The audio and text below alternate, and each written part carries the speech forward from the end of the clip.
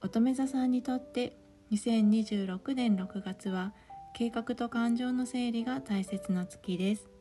上旬は長期的な計画を立てるのに最適なタイミングです。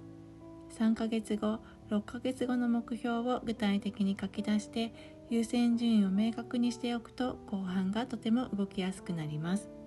感情の理想と現実のギャップが出やすい時期です。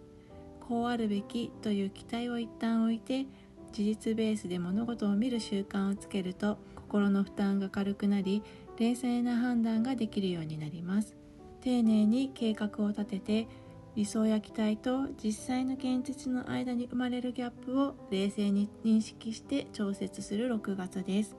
あなたの分析力と努力が最終的に心が満たされる結果につながります。